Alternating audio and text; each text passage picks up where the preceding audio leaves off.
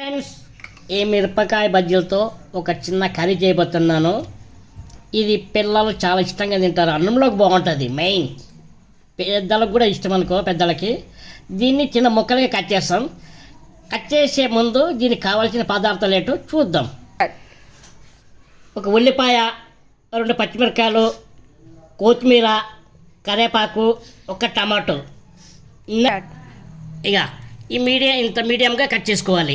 ఇక చూడు, మరి చిన్న కట్ చేసుకోకూడదు. ఈ మీడియంగా కట్ చేసుకున్న తర్వాత నెక్స్ట్ స్టవ్ మీద కడాయి పెట్టుకున్నాము. ఇప్పుడు స్టవ్ వెలిగిద్దాం. స్టవ్ వెలిగించిన తర్వాత నూనె వేద్దాం. కొద్దిగా ఒక 2 కానీ 1.5 స్పూన్ కానీ నూనె వేద్దాం. ఓకే, నూనె వేడెక్కిన తర్వాత నూనె వేడెక్కిన తర్వాత తాలింపు సామాన్లు కొద్దిగా వేద్దాం.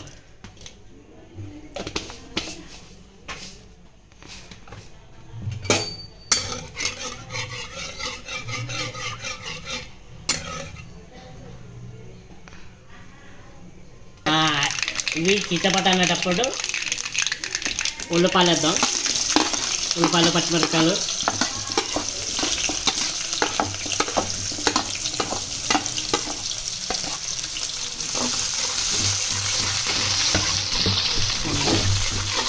కొద్దిగా బ్రౌన్ కలర్ వచ్చినప్పుడు వేద్దాం. ఇక బ్రౌన్ కలర్ వచ్చింది, కొద్దిగా ఉప్పు వేసుకుందాం.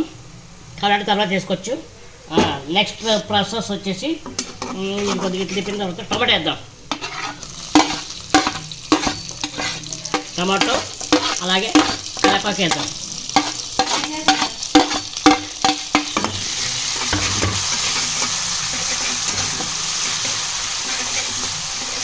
టమాటా బాగా మగ్గిన తర్వాత ఇగో ఇలా టమాటా మగ్గాలి. బాగా మగ్గిన తర్వాత ఇక ఈ చిన్న గ్లాస్తో కొద్దిగా వాటర్ పోసుకోవాలి. ఎందుకంటే టమాటా మగ్గాలి కదా.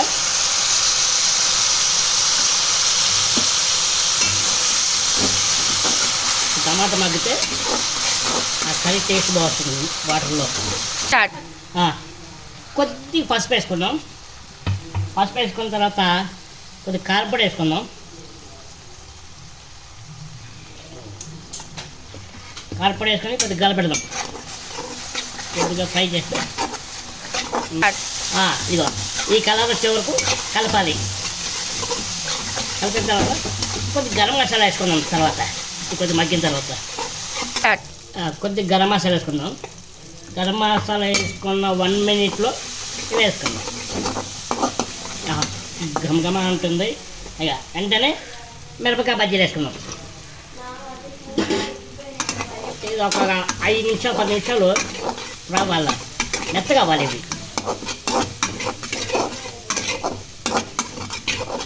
అన్నంలోకి సైడ్ డిష్ కూడా బాగుంటుంది. ఈ అన్నంలో కలుపుకొని తిన్న కూడా బాగుంటుంది. ఇది మెత్తపడుతుంది. మెత్తపడితే దాని టేస్టే వేరే లెవెల్గా ఉంటుంది అన్నమాట. నాకు వాటర్ ఇందులో సరిపోలేదు. మీరు ఇలాగైనా సైడ్ డిష్కి తినొచ్చు. నాకు అన్నంలో కలుపుకోవాలి కాబట్టి నేను కొన్ని వాటర్ యాడ్ చేస్తున్నా.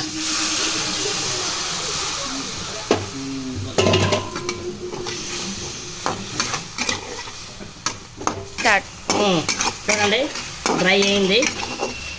అంటే బాగా మెత్తగా ఉంటుంది కాబట్టి నేను వాటర్ వేసా. మీరు అలాగే తినాలి అనుకుంటే మామూలుగా వాటర్ వేసుకొని తినచ్చు డ్రైగా. నాకు ఇందులో అన్నంలో కలుపుకోవాలి. అలాగే మనం మామిడికాయ పచ్చడి, వంకాయ పచ్చడి ఎలాగ కలుపుకుంటాం అలా కలుపుకుంటే బాగుంటుంది ఇది టేస్ట్. అందుకని ఇలాగైతే ఇప్పుడు క్లైమాక్స్ ఒకటి వేద్దాం. లాస్ట్కి కొత్తిమీర వేద్దాం. కొత్తిమీర వేసేసి అలాగే అనేసి స్టవ్ ఆఫ్ చేసేద్దాం. అయిపోయాయి, స్టవ్ ఆఫ్ చేద్దాం.